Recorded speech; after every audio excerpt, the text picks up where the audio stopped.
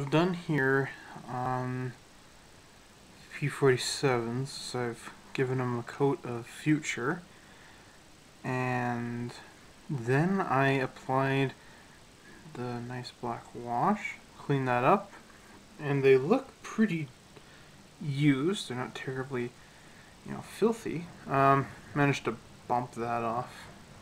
It's one of the gear doors there. So one of the last steps, actually, I'm getting close. I'm almost done both of these guys, so I'm pretty excited. They look kind of used up, which is what I wanted, and now I'm going to add some Tamiya Weathering Master sets here. I'm going to use mud. It's a nice color here. And I'm going to make some exhaust stains. So the exhaust is here on the bottom.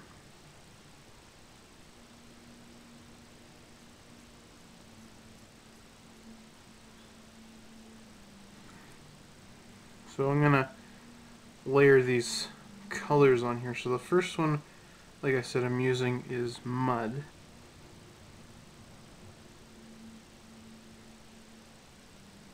And the one that I want is called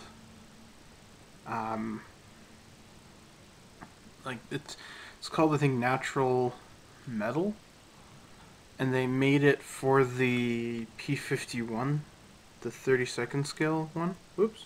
Yeah, there you. And they kind of released it as a limited edition to Japan only. You can get them, but they're much harder to find. And the store that I want to get it from currently has it out of stock, so I have to wait a little while to get the Natural Metal one in there. That one's pretty cool. I can't remember what the colors were in it though, but it looks pretty nice. So there's a light brown, which is what you want, and probably add a little bit here on the wings just to give it a look. I don't want to add a lot of this stuff on here.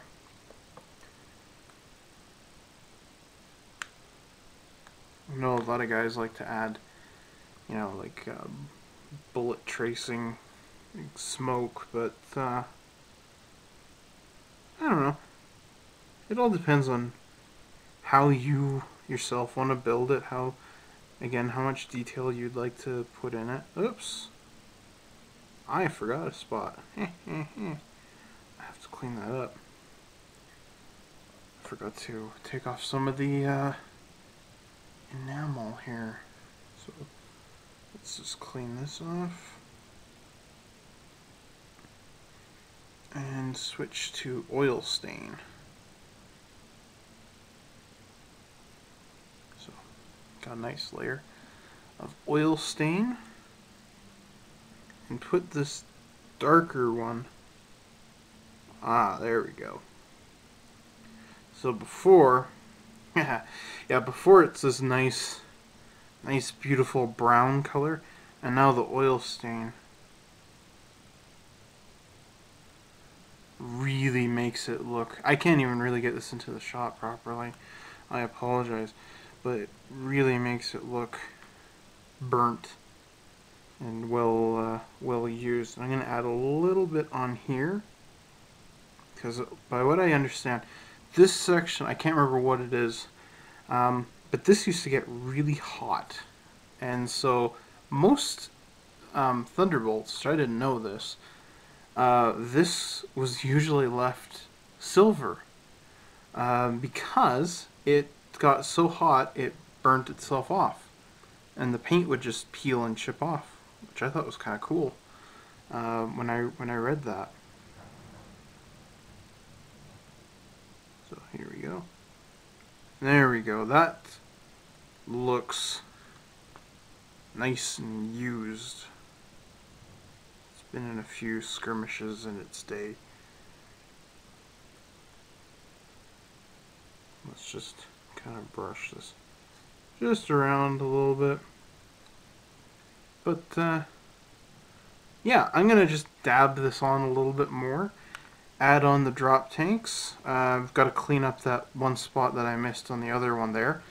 And I got a couple touch-ups to do, a couple little painting bits, and I'm done. I'll show you guys the finished model next. So this is great.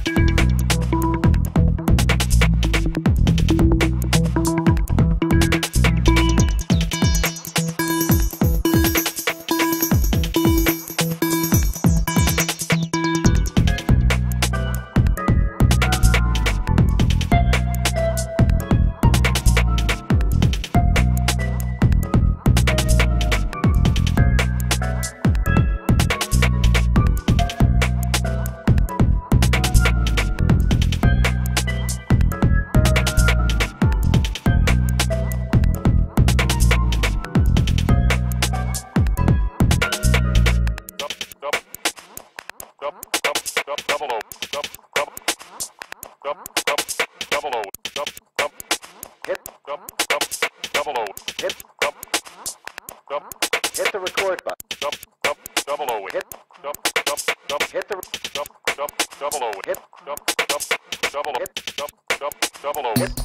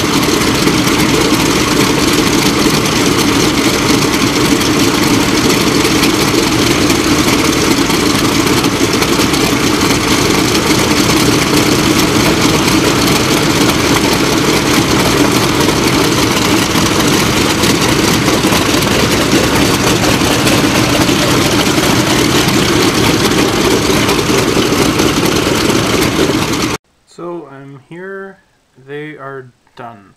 I'm going to start with the Revel Kit and point out some of the things I found with it. So the last thing I did with the kit, as you guys just saw there, is I replaced the engines. I was on eBay and I found these metal engines, and turns out they work really well. They've got pretty good torque to them. The only problem with it is I mounted the engines, but I didn't connect the fuel line, so their engines are kind of kaput for now. Yeah, I'll learn to wire that up to the fuel line next time, so I can get them, burning again. I won't have the same problem with these, dead engines. I've got to take those out and rewire that, and I think I need to use different fuel as well. But aside from that, that's probably the only big deal for me right now. So I'll talk about the Revel Kit first. The Revel Kit has been widely bought by a lot of modelers, and a lot of people really like it, and I have to admit I like it a lot too. I did not like that a lot of the panel lines, like on the tail and the ailerons here, are very, very worn out. And the part that got me the most was the bubble top here was foggy. I was able to, make a vacuum formed one, and the super glue frosted it over. But yeah, thanks to Fine Scale Modeler, I remember reading this article, actually two instances, where one gentleman was talking about gluing chrome parts on the Tamiya Harley Davidson together, and he said that they fogged up, and what he did is he rubbed lacquer thinner over that, and it got rid of the fog. And another guy said that he super glued his fingers together. He ran out of debonder. It's the stuff you spray on to, loosen your hands. It's different than, it's the opposite of accelerator, I guess. And he used lacquer thinner until it went away. So I did the same thing here. I wanted to try it, and it works. It actually works. I didn't get it 100% clear because I would have been removing the red on the outside. So the inside, where it mostly happened though, is gone, and there's just a faint bit of it on the windows. It's very, very faint though. Definitely clearer now. You can see through it. I only wanted to add the drop tanks on it here.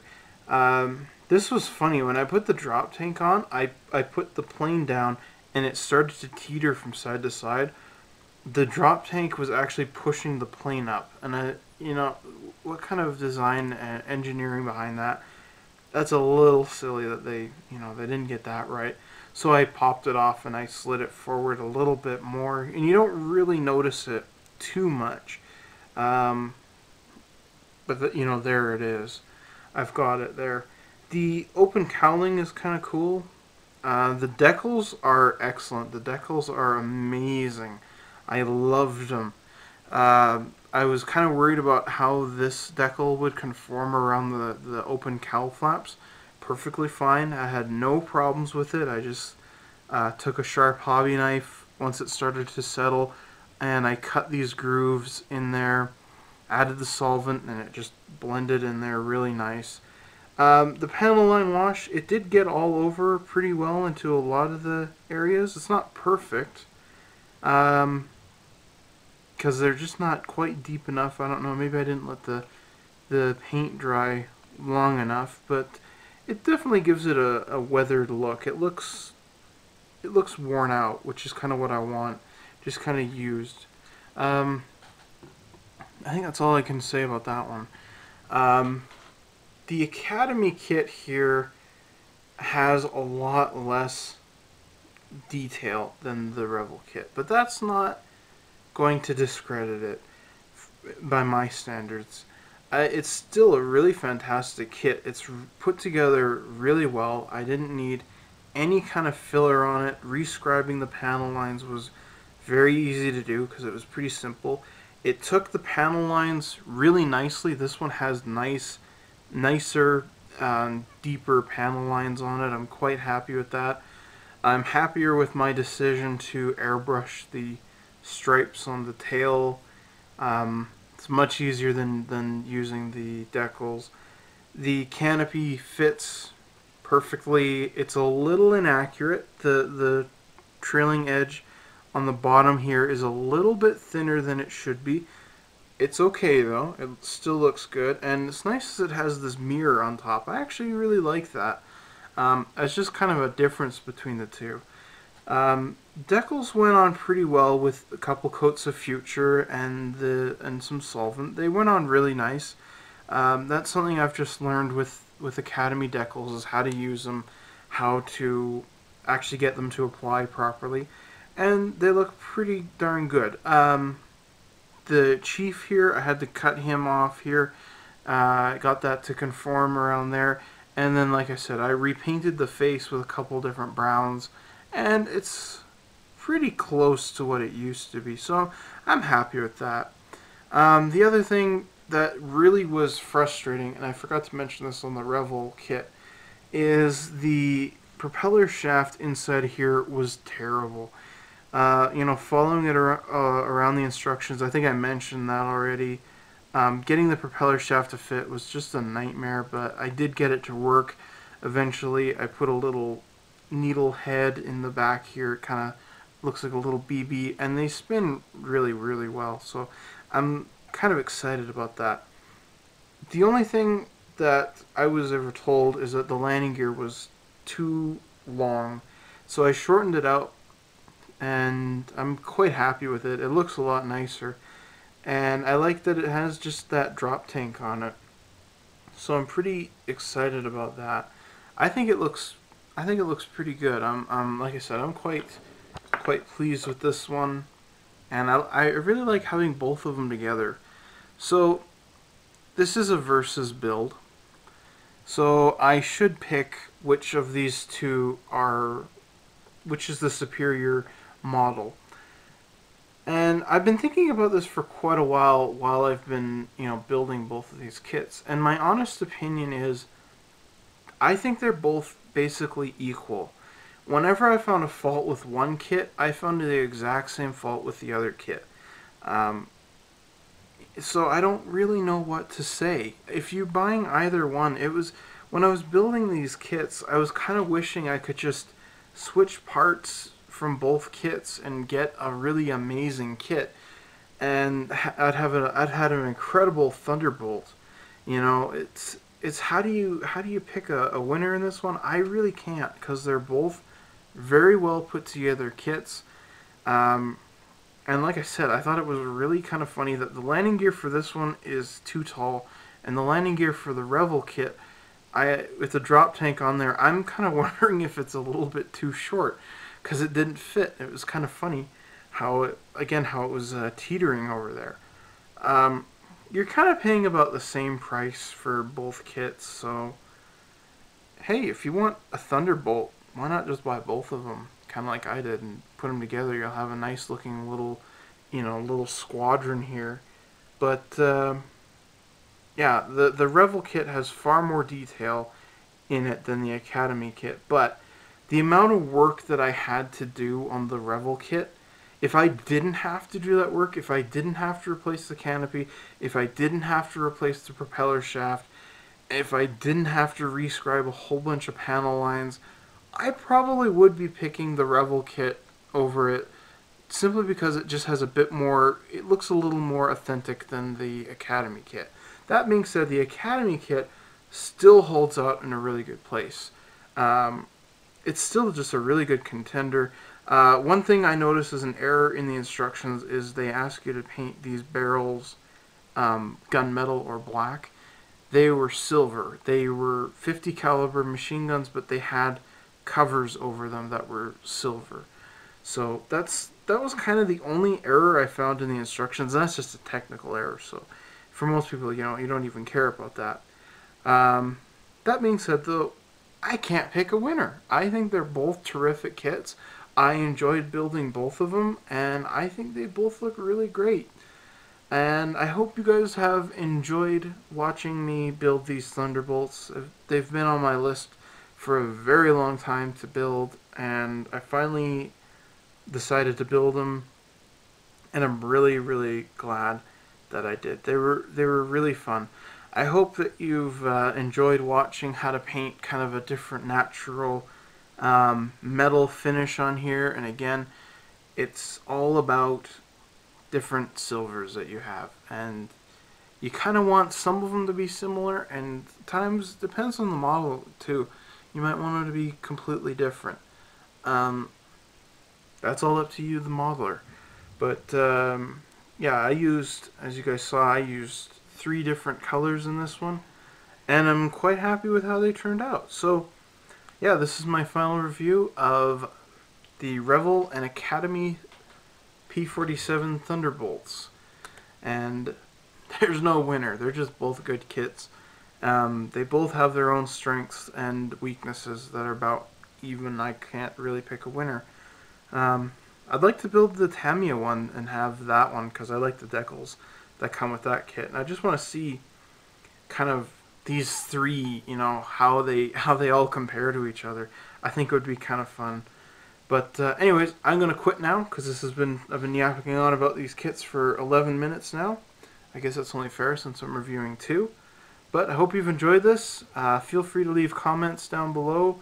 Thanks to everyone for your previous comments and the suggestions, and for all your help. This is Rebels at Cloud 9. If I haven't taught you anything, at least I've taught you what not to do. See you guys later.